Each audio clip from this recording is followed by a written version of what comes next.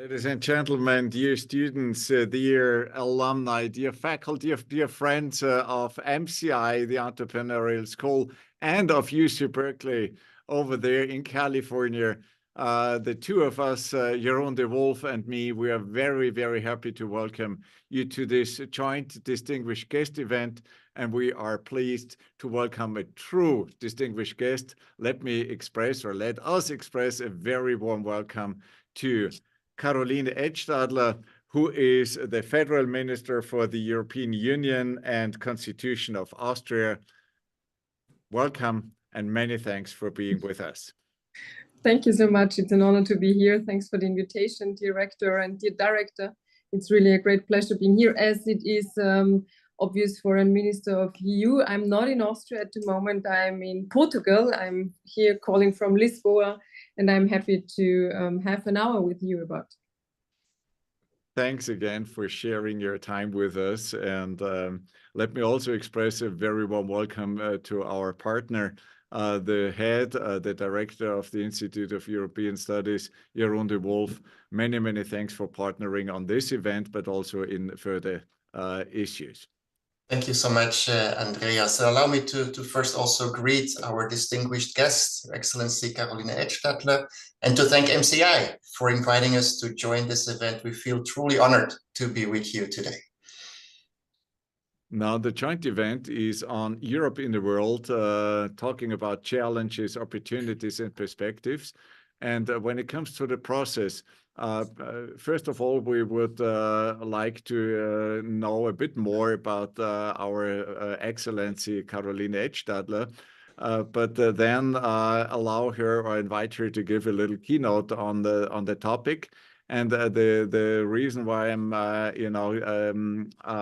describing the process, I would like to encourage also the digital audience, the audience in the live talk, to send in questions. If you have any questions, comments, which you think are valuable to be discussed or to be raised, send them please to livetalk@mci.edu. I'll repeat, livetalk@mci.edu, and they will show up on my screen. And this is why once in a while I have to look down and I'll try to bring in all of them. But now, thanks again for being with us. Karoline Edtstadler, you studied, you were born and grew up in Salzburg in Austria. In midst of Austria, you studied law, you went to law school, but then later on, step by step, entered into politics. What would you say? Were or are the most important steps which brought you to where you are now? Well, thanks, first of all, again, for being here and maybe encouraging others to make the step into politics. To be honest, already as a student and before as a pupil, I was interested in politics, but I always say you do not decide to go to politics, you are asked to go there. And if you are interested in politics, you should really engage for your communities, no matter if it's at university, at the school, or maybe in a small village. And that is why how I started politics. I was still a student when I became in my little city where I lived at that time. I was working in politics at the very local level. And to be honest, it's very comparable to the higher level, because the mechanisms are the same. If you ask me for the most important steps, I have to say things developed. I was always open. As you already mentioned, I studied law at the University of Salzburg, where I also graduated. Unfortunately, I had not the chance to do an Erasmus because I became mother at a very early age, at the age of 20. So I had to do both, balance the private life and the professional one. I then became a judge at the Regional Court of Austria, where I served 3 years.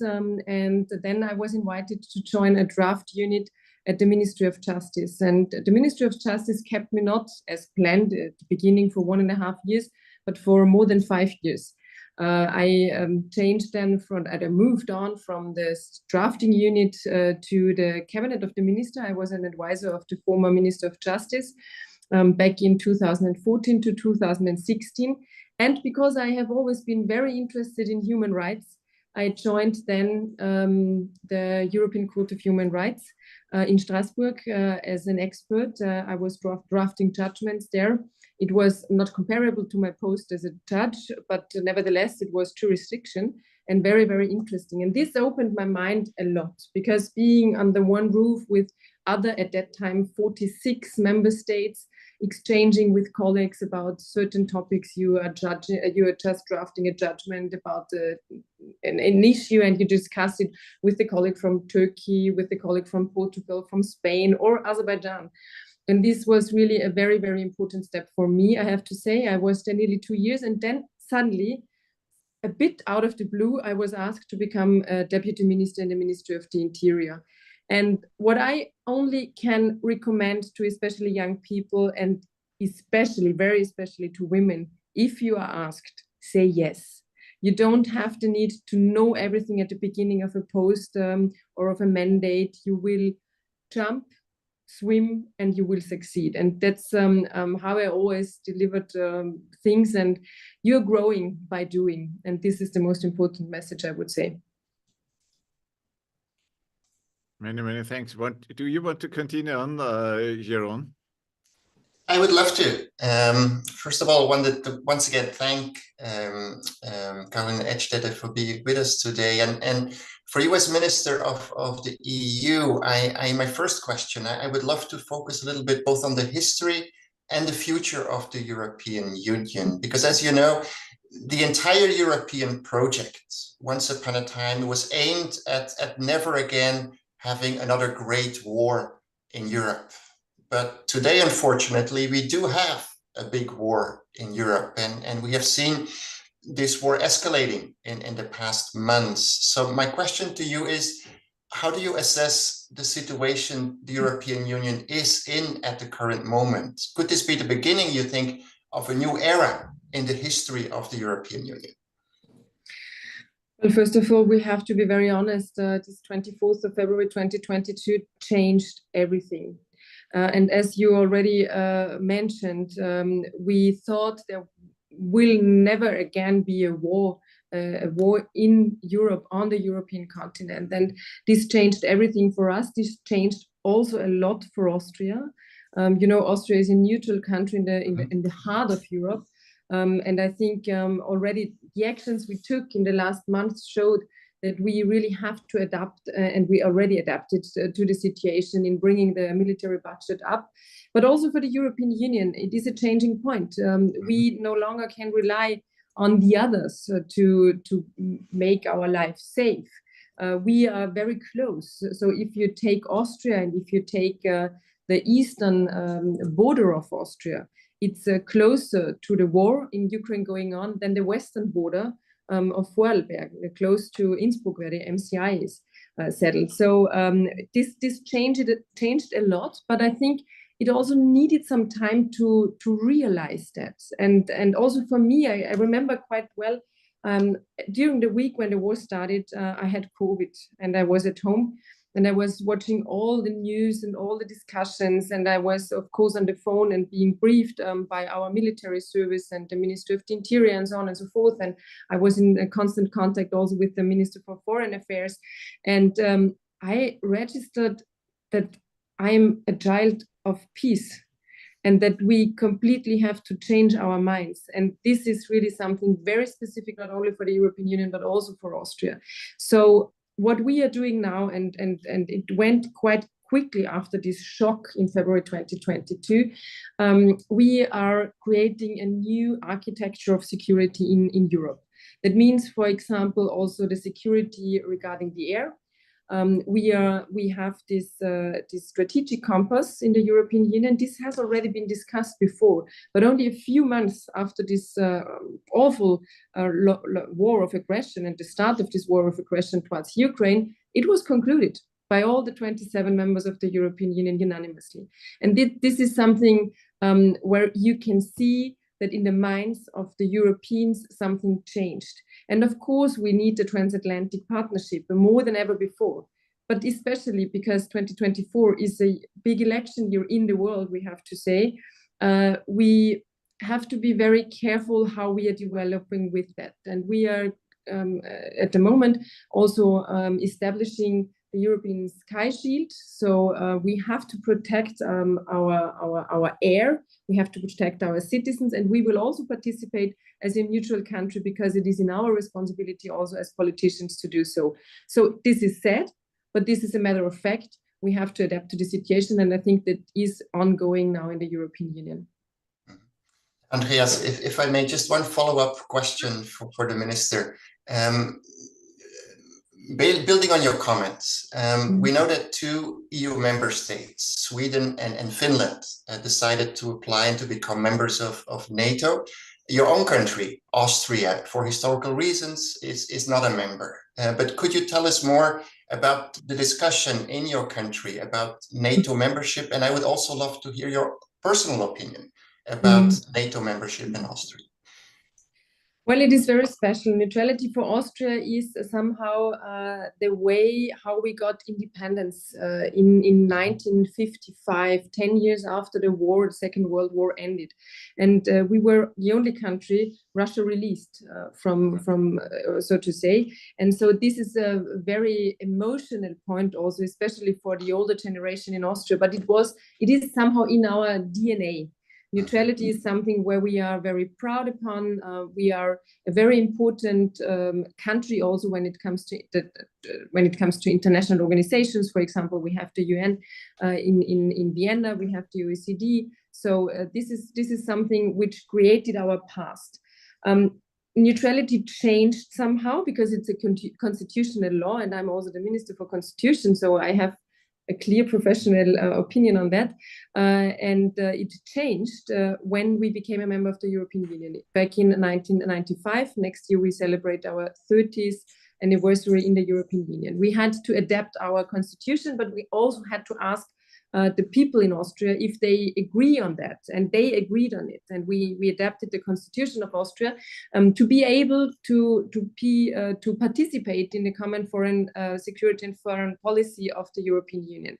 So it was somehow already a bit changed.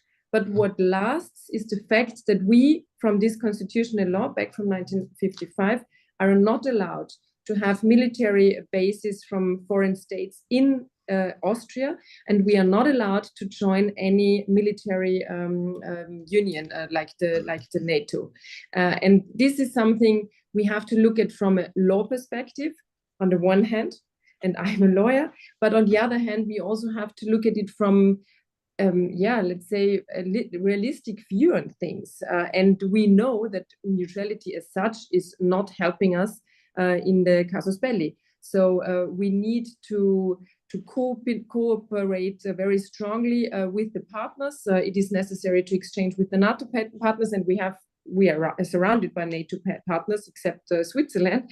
And this is another form of neutrality, I would say, a very strong one, also military-wise. So the cooperation is the most important thing. What we are doing in this current situation is, of course, keeping our neutrality, maybe also being an opportunity for, at a certain point in history, place for having peace negotiations. This could be an opportunity.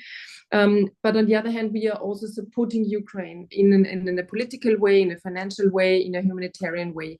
And this is important. We see also other countries which are still neutral, Ireland, for example, Malta, for example. But in Sweden and Finland, you pointed it out already, the situation shifted very, very quickly. This is also due to the geographics, and I think geographical circumstances always play an important role, and the circumstances, of course, around. But Finland has a more than 1,000 kilometer border to Russia, and the situation changed only in a few days. So if you ask me of my personal opinion, besides the ministerial opinion, I would say we have to prepare people that things could change. And I'm not drawing dystopia on the wall, but we saw it also from a report from our Ministry of Defense. There is a certain aggression possible also, and our neighbor is Hungary. So this war could also come closer. We do not hope that, but I think we should be prepared, and we should also prepare people for that. And you can only do that in a constant dialogue. And this dialogue is taking place in Austria. But honestly, no one, or only a very small portion of people, is in favor of joining the NATO by now. Yeah. Thank you.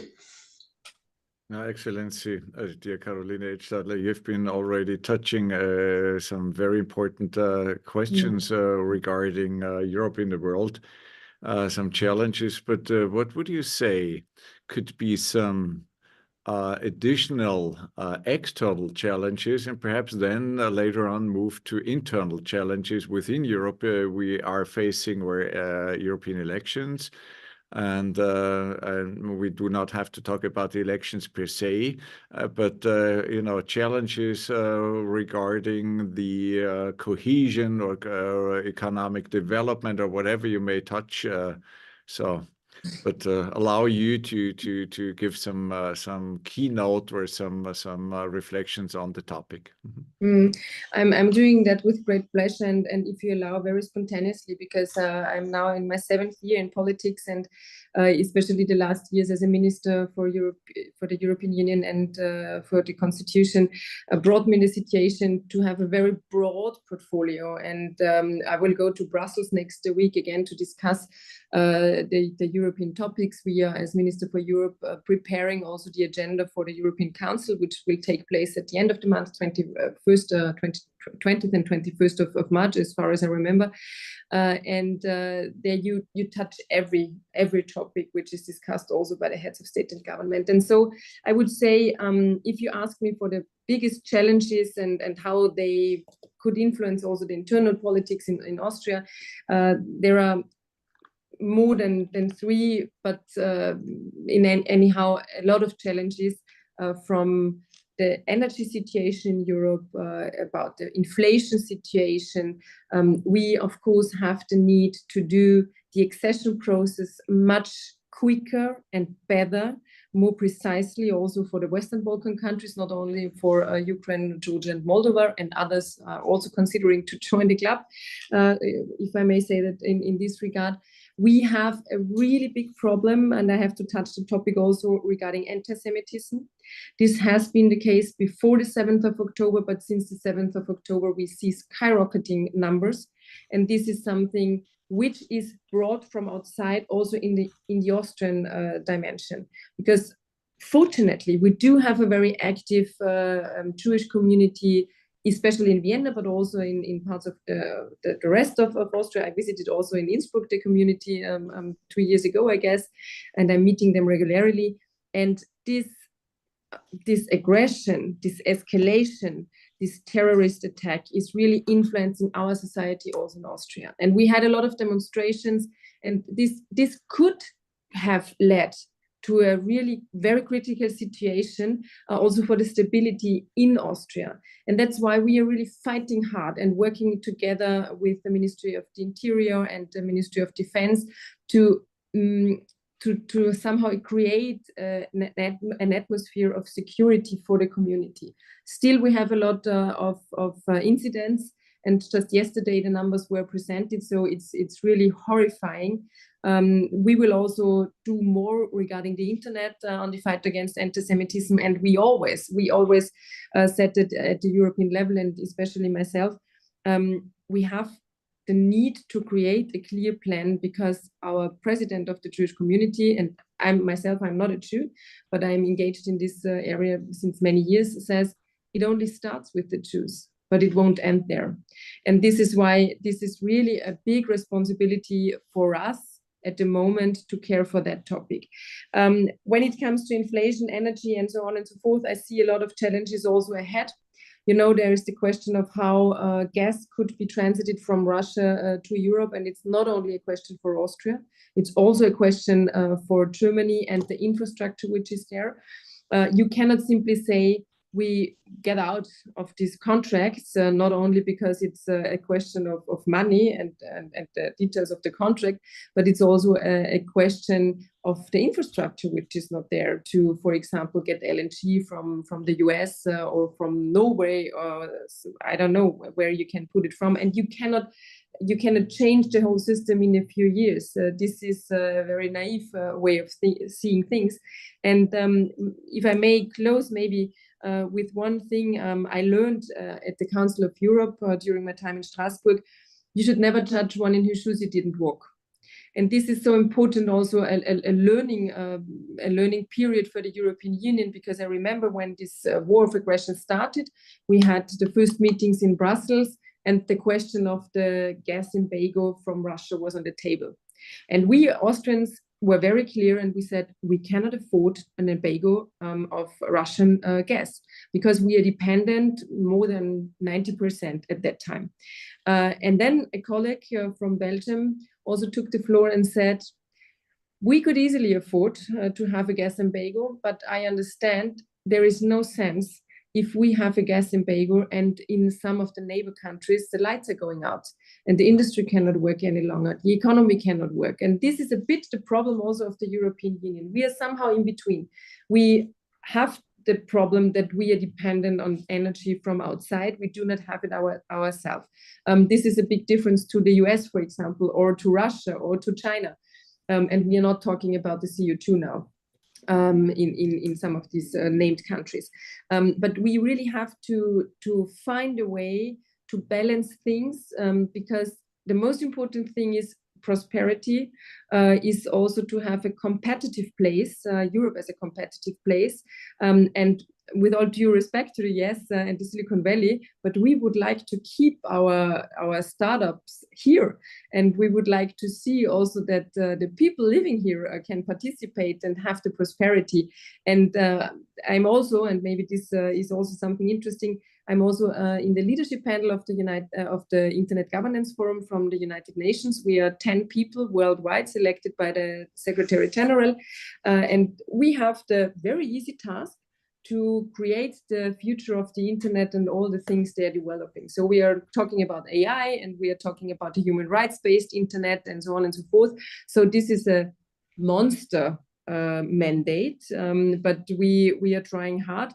And we just recently met, and this is why I'm mentioning that, we met in Saudi Arabia and Riyadh, where the next IGF is taking place. And this is something where we also should stop doing foreign policy with the moral finger, because they are developing really well in the field of digitalization. But of course, the human rights situation is bad. They are developing very well in economic fields. They want more. They are really increasing their life circumstances. You get there. I was really impressed. But of course, on the other side, there is the human rights situation, and this is not the best in the world, to put it very diplomatically. And I think what we have to do now is to find best practice models, to find a common ground also for this question of the internet. And AI will definitely be something which will help humankind in so many fields, and already is helping. Take the field of health, take the field of justice, and many, many more. But to find this common ground is, it is necessary to have at least a basis of common values. And I'm talking about human rights, I'm talking about democracy, I'm talking about rule of law. And this is, I think, the biggest challenge we all have. And this is really my last sentence. What I would like to achieve is to establish the European Union as a geopolitical player with common values, which we export to the world, to the Western Balkan countries, which we want to have within the club of the European Union, to Ukraine, Georgia, and Moldova, but also other regions in the world. And yeah, this is not easy, but I think it's the only way to guarantee stability, prosperity, freedom, and peace also in Europe. I will end at that point because I was much longer than I wanted to be. Many thanks, Karoline Edtstadler. You've been mentioning Hungary, and also when it comes not just to who would be exposed to Russian aggression the most easily or most likely, but also you've been mentioning the topic of European values or joint values. Would you say with the upcoming European elections, the topic of value would have more integration or would have more segregation within the, let's say, next 1 to 2 years to come? Well, we have the need to have more integration. This is out of question, but it's not always easy to do it. I remember Theo Hahn, the Austrian commissioner, and he's in his 3rd term, always said we have the need to export stability in order to not import instability. And this is true for the Western Balkan countries, but also for other countries. We have to surveil and guide and guard is the right word, guard our rule of law mechanism. And there are some member states of the European Union which are shifting apart. We see the worldwide developments that we are losing more and more democracies, and that people somehow are fed up with going to elections. And this is something which I see also as my responsibility as Minister for the Constitution ahead of the European elections, to convince people that it is not only needed, but also a responsibility to take part in the elections, that it is especially for young people so important. And I don't know how many people are listening to me now, but you are the ones who will run the world, and rule the world in the next decades.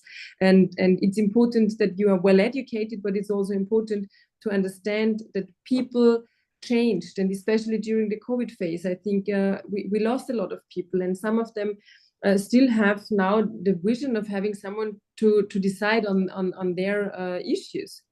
But we fought so hard that we can have democratic processes, that we can have elections. And now we see that people are not going to the elections. So what I will do in Austria now ahead of the elections is driving a campaign, and we started it already 1.5 months ago, with facts about the European Union, because we are taking many things as naturally given, and they are not naturally given. We fought hard for that, and the generations before us did so. So this is the one thing, to interest them for Europe, and then to bring them to the elections. And when I take it a bit bigger, then I just can say, if not you as young people are deciding on your future, who should then do it? So this is my message also to all the pupils and students listening. Thank you so much. Maybe I can follow up with a question on European identity, because values were mentioned, but I would love to have also a reflection in our conversation on identity matters, because I'm the director here in California of an Institute of European Studies. And whenever I have guests from Europe, I like to ask them a question on European identity. And allow me to also ask you this question. There's an ongoing discussion here in the United States on what it means to be an American and what we, the citizens of this country, share as a nation. And one could say that in the European Union, it is perhaps an even more challenging question with 27 member states. So in your personal opinion, what is it that unites the citizens of the European Union? What would you personally define as the core characteristic of a European identity? First of all, I would really say there is a big difference between the United States of America and the European Union, because there are some parties who want to create somehow United States of Europe, but this is not the thing we want to see. And I think this is also the first statement. We have so many different cultures, languages, backgrounds, traditions, and we are all so proud of that. We as Austrians are, the people here in Portugal are, and if you take the history of the Baltic states, they are also proud of their history. And this is the biggest effort, I think, of the European Union, that we are united in diversity, and that we really do some things together, because together you are stronger, and we see that especially in this very challenging world at the moment, and leave some things to the member states, because they can be sorted out better in the member states, because they know the tradition, the history, and so on and so forth. So first we have to accept that. And the second thing is, I'm from Salzburg, so I feel really like, as a Salzburg girl, I like to ski. Yeah, all the things you see, I don't, how should I say that diplomatically? You have the sound of music, and I think all the students from the US know it. I have not even watched it one time, because it's a lot of a kitsch, and it's not like we are. But okay, so I'm from Salzburg, and I'm proud on that. But if I'm here in Portugal at the moment, I'm from Austria, and I'm proud of that. And I bring Mozartkugeln from Salzburg as a present, and I represent also Mozart, and I invite people to come to the Salzburg festivals, or to visit Vienna and the Schloss Schönbrunn, etc. pp. But if I'm in America, if I'm in the US, and I just recently was in Washington, then I'm a European, because if I'm telling someone on the street I'm from Austria, they ask me if there are kangaroos. And no, there are no kangaroos. This is Australia, you know that I know. But you know what I mean? I think you can be everything. You can be Salzburg, from Salzburg, you can be proud on that, you can be an Austrian, and you can be a European. And don't force us to be one, I don't know, one dough. We are really very different, and I think also people from abroad love to come to Europe, because they travel only 1 hour and they are in another country. And this was interesting, because I met the senator from Tennessee when I was in Washington, and he asked, no, it was a she asked me about what I know about her country, and then she asked me if I know how big it is, and then she said, well, if I'm traveling from north to south, it takes me 12 hours by car or something like that. And I said, wow, if I'm starting in Vienna, driving 12 hours, then I'm at the Côte d'Azur in France, and I travel to at least 2 or maybe 3 other countries of Europe. So this is the big difference. And even if I'm always saying Austria is a middle-sized country, this is only true if you compare it to other countries in the European Union and in Europe, not worldwide. May I come in with a question on competitiveness and the future development of the internal market? And the question was brought up by Verena Rettenbacher. She's an MCI alumna from presently in Frankfurt. And the question goes, there will be elections to the European Parliament in June. As a federal minister of the EU and Constitution, how do you want to make sure to further develop the European internal market? Good question. I just had a presentation, a press conference together with the Minister for Economy and Labor in Austria 2 weeks ago now, and we presented 10 points how we can really finalize, make the internal market, the so-called Binnenmarket ready. So the European single market, the internal market, is one of our biggest assets. So it has always been a very big asset also for companies from abroad, because the idea was to bring one product on this market, and it is ready to be sold in all the other now 26 countries, and this is not true by now. And this means that we really have to work hard on that. We have another effort. We have the rule of law, and we really surveilling the rule of law also in all the countries of the European Union very closely, because this is a big effort. People know if they are producing here, if they're selling things here, they can be sure that the decisions are taken on the basis of the rule of law. And now I think we have to put away some obstacles which are still there and hindering the single market, hindering, of course, companies. And this is why we are really, we want to downgrade the bureaucracy. There are a lot of rules, be it directive or regulations, which are a big burden for our companies. And we have to choose wisely where there should be a control mechanism, somehow a regulation. At the moment, it is too much, and also the Commission already said that we have to reduce the bureaucratic burden for these companies, and so these are, we can also share these 10 points with you. I'm sure we have it in the meantime also in English.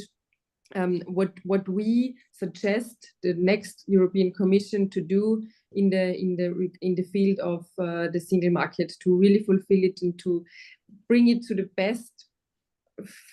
best shape of itself, and to create prosperity in the European Union. Mm-hmm. Andreas, if you allow, I would love to add a gender perspective also to our conversation. On March 8th, we celebrated the International Women's Day, and I would love to ask Minister Edtstadler her perspective as a female leader on how she reflects and what measures she has taken to make sure to strengthen the visibility of women as policymakers. Well, first of all, the 8th of March is a wonderful day, but every day should be Women's Day, because especially in a challenging time like we are going through now, it is needed to have the female and the male perspective on things. And sometimes, and even if I'm not seeing my audience, I dare to tell you a joke, which is not really a joke, but it is true. This goes like that. The last 2,000 years, the world was ruled by men. The next 2,000 years, the world will be ruled by women. It can only get better. And you should not be afraid, dear men, in this course, because I always say it's not against men, it's with the support of strong men. And we still have to do a lot to get the full gender balance, and to have no gender-based discrimination. I also reflect once more to my last trip to Saudi Arabia only a few weeks ago. I had a meeting in the Shura, that's the parliament, let's put it like this, in Saudi Arabia. They are selected by the king for 4 years and can be re-selected for 2 further terms, also in total 3 terms, 12 years. And there were also 3 women, high educated women, and very much talking for their country in the best way. And one of the women, she was a professor at university, and she said, literally, I'm very proud to announce that there is no more gender-based discrimination in Saudi Arabia. And I answered, oh, I would be so lucky to be able to tell you that I'm coming from a country where there is no gender balance discrimination. But unfortunately, this is not the case. It is not the case, and not true for Austria. It is not true for any other European country. And this is what I mean. We still have to do a lot to reach it. May it be the gender pay gap. May it be that you do not have the infrastructure for the childcare, which you need to have, that women really have the free choice what they are doing. If the question is raised again, what does it mean if a mother stays 2, 3, 4, maybe more years with the child, or going only on a half-day job for their pension? And if there is not the full information, we cannot talk about the free choice of women. So there is a lot to do. You need the information, you need the infrastructure, and at least you need society also accepting that women are as important as men in every form, in every field of society, politics, economy, you name it, science, and so on and so forth. So what I did, because that was also the question, I created a network within the European Union, and I started with my colleagues in the General Affairs Council. So these are the ministers for European affairs or state secretaries. And this network is called The Next Generation is Female. And this on purpose, because from the history, we did not learn as good as you already did, dear men, to network, to help each other, to elevate each other. And again, this is nothing against the men. This is something what we have to learn. And the second thing is that I really want, beside this network, encourage especially young women to really say yes, do what they are asked. Because if you ask a man doing something and there are 5 criteria which should be fulfilled for this post, the man says, okay, the first I can, the second I will learn, the third, maybe it's not so needed, the fourth, the fifth, okay, I will do I will do the job. A woman says, I can do the first thing, the second thing, I can the third thing, the fourth thing, I have to learn more French if I have to go take this post. Oh, I won't do this job. I won't even ask or name myself as a candidate. And this is the difference. And it's okay. And it's also needed that women and men are different. But for the professional field, it is really important to encourage women to go into these positions, to encourage them to dare to say yes. And this is also, as at the beginning I mentioned it already, the message to all of you, not only the female participants in this course.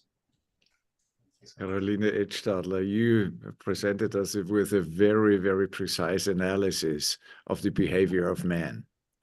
And just before this event, we had an on-campus event with the executive vice president of the LA Football Club from Los Angeles. He is presently on campus at the MCI. And anyway, when talking about women's football, we came to the conclusion, women are normally smarter, less sensitive to pain, better educated, and very often nicer to work with and talk to.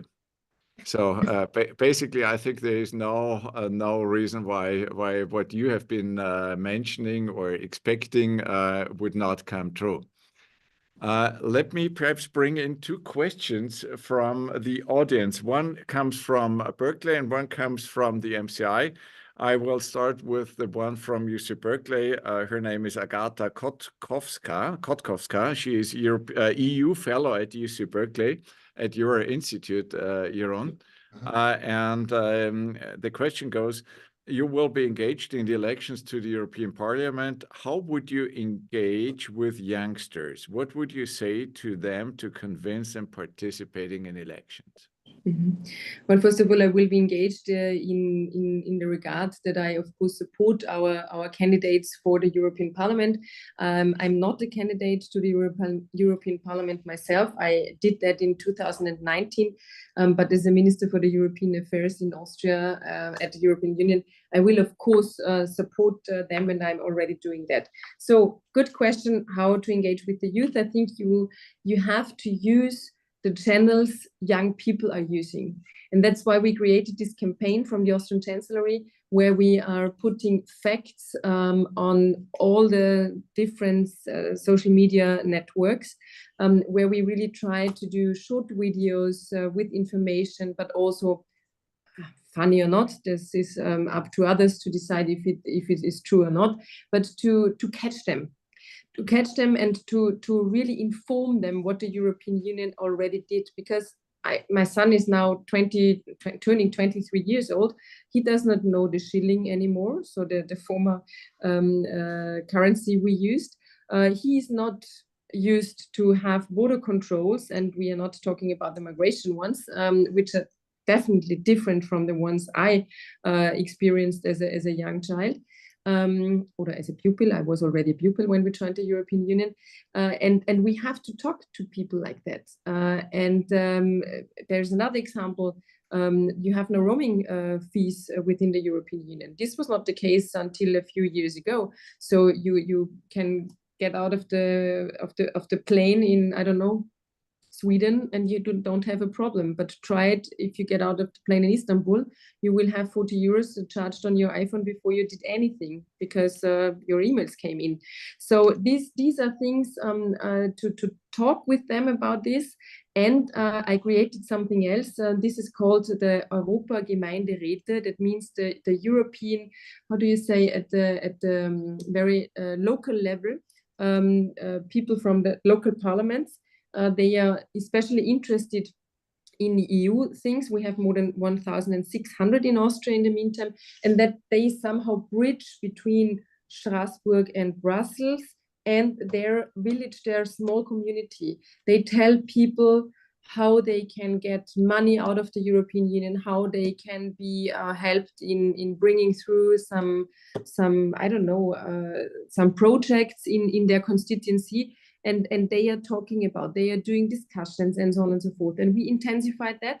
And currently I'm also doing a tour to Austria. I started already in the very eastern part in Burgenland to meet with them and to try also to include pupils to come to this session to listen to me. It's not something where I'm talking about my party or my standpoints coming out of my position also in the ÖVP, in the party where I am, but really objective things and discussions. And I think, yeah, this is the way we can try to interest them and to get them also to the elections, because in Austria, and it's only one out of 2 countries in the European Union, you can elect at the age of 16 already. 16.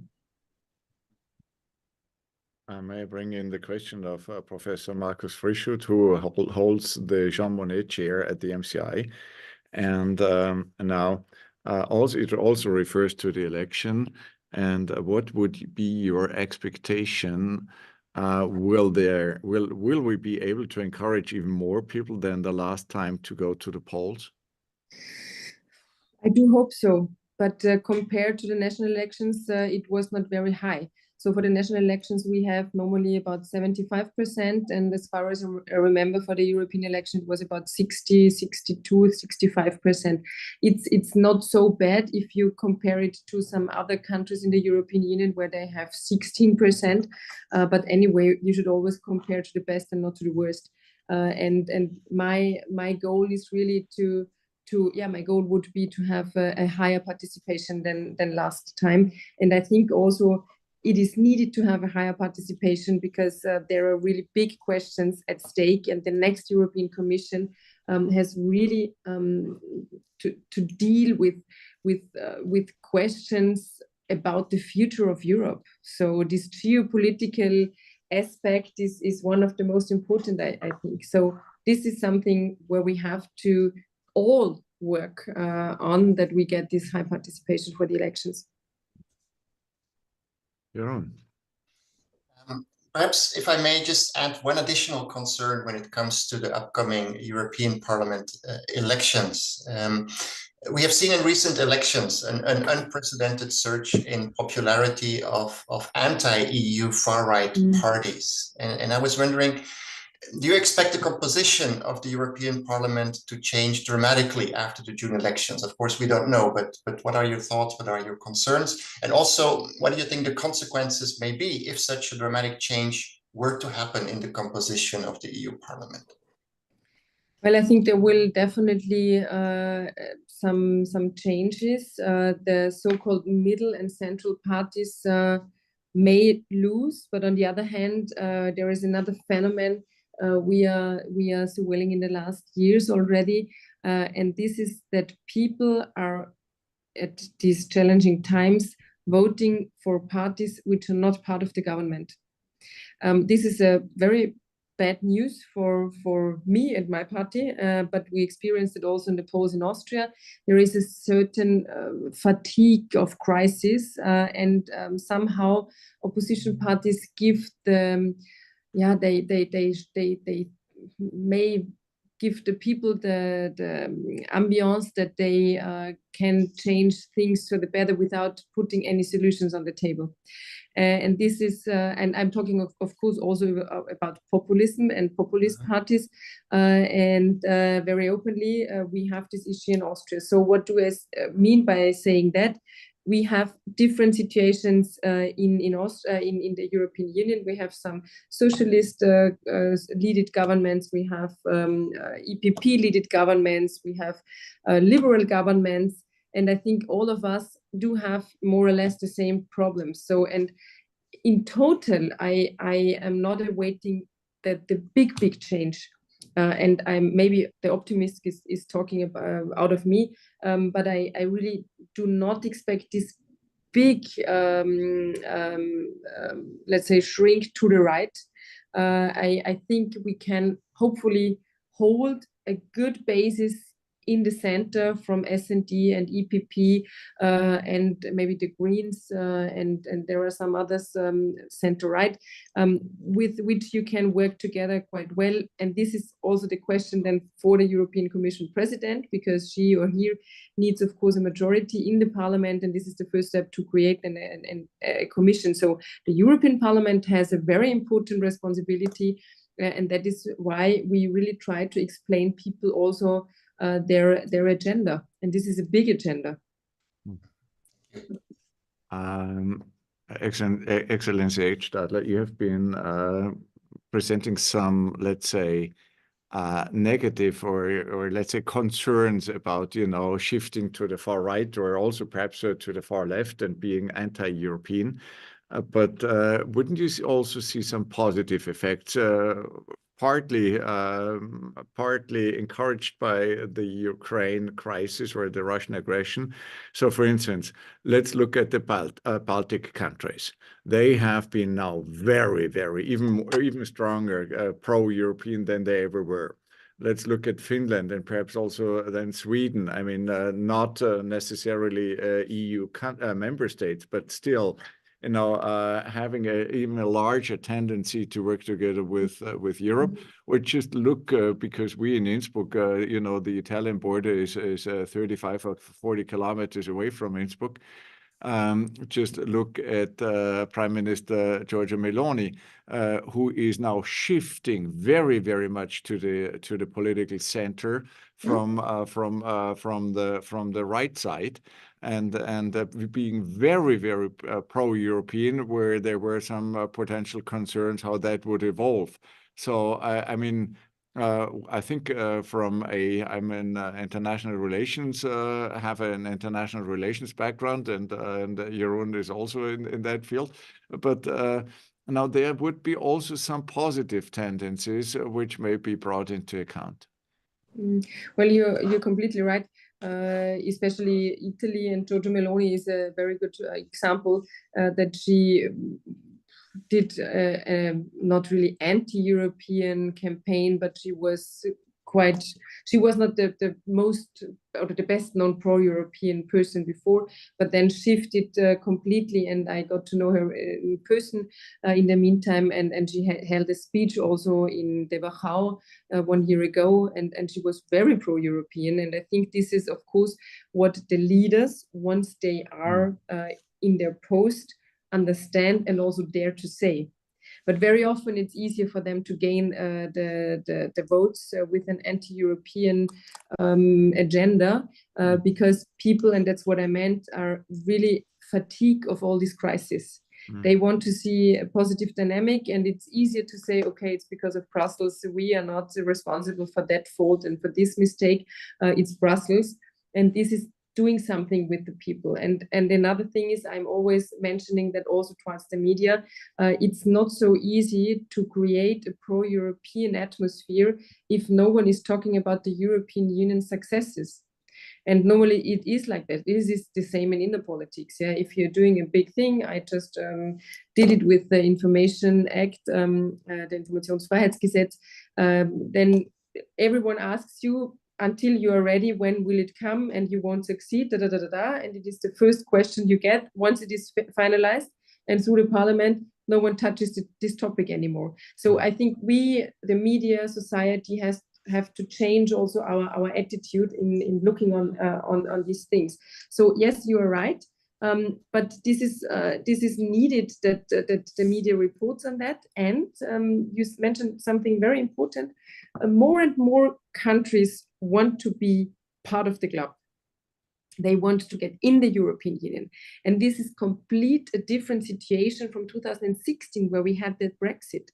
And this is exactly why I'm really advocating, especially for the young people, that they should go for the elections, because the Brexit happened because young people did not participate in the election. And the next day, and at the time I was in Strasbourg, and I met my colleagues from Great Britain also, they were out of everything. For them, it came out of the blue that the Brexit was answered with yes, because they were not in favor of the Brexit. But the ones who went to the election were so, and it is our common responsibility to vote for this European Parliament now, that we can create a positive future. And it is always a good thing to quote our former Chancellor Wolfgang. He said, and it's already more than nearly 3 years ago now, if we haven't had the European Union now, it would be the time to invent it, because we cannot go through these challenges alone. We need the European Union, we need the cooperation, we need to be coordinated, and we need to be a geopolitical player in the world, to be taken honest, to be taken serious. And we have still a lot of work ahead to come to this point, but I am a true optimist and a true European. So I think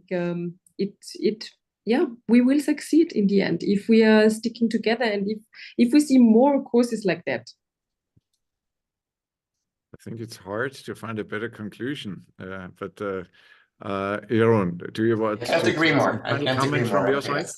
I can't agree more with that. Yeah, I think it's a wonderful conclusion to a wonderful conversation. Thank you so much for taking the time to be with us. But Andreas, I want to give you the final word as host.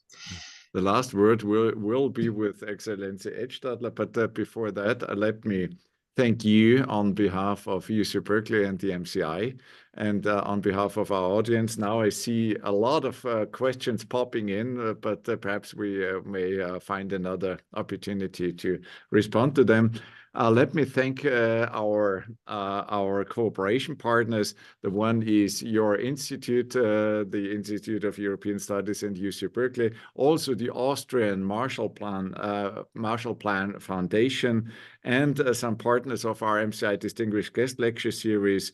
There is the Verein Österreichischer Wirtschaftsakademiker, I put it in German now, there's Swarovski, there's the Volkswirtschaftliche Gesellschaft, so the Economic Society of Austria, Föslauer, our European University, Ulysseus, and more. And let me just also mention some upcoming events. Already on the following Monday, on the upcoming Monday, there will be Helmut Rothenberger. He is the chairperson of Rothenberger Group, employing 6,000 people in different companies. He is in different industries, and he will talk on technology, innovation, and entrepreneurship on campus. In German, then we have the Economic Forum of South Tyrol with a number of distinguished guests. Also, Gio Hahn, you mentioned also his, or you expressed it like Gio, Johannes Hahn, our European Commissioner on Budget Affairs, will visit the MCI. That will be on June 7th. Cornelius Mattes, the chairperson of Desert Energy and the chairperson of Microsoft, and many, many others. Martin Kocher, your colleague in the Austrian government, plans to visit us on May 8th. So, but that is just have a look at our website, enjoy our live talks or our on-campus talks, and take benefit of that. But now, a warm hand from my side and lots of gratitude to you, Karoline Edtstadler, now sitting in Portugal, and the final word is with you. Well, I can only thank you. Thanks for this opportunity. I haven't been so far to California and to your university, to Berkeley University. Maybe there will be the occasion once to be there and having a personal exchange. I love it much more than in this digital way, but we learned to handle this way of conversations also. I hope it was interesting. If there are some questions left which have to be urgently answered, you can also forward them to us, Jom and Andreas, and we will try our best to give an answer. Thank you so much for the invitation. Have a wonderful evening, and I will have a glass of port wine now. Very good. Lina. Thank you so much. Thank you. Bye-bye. Bye to all.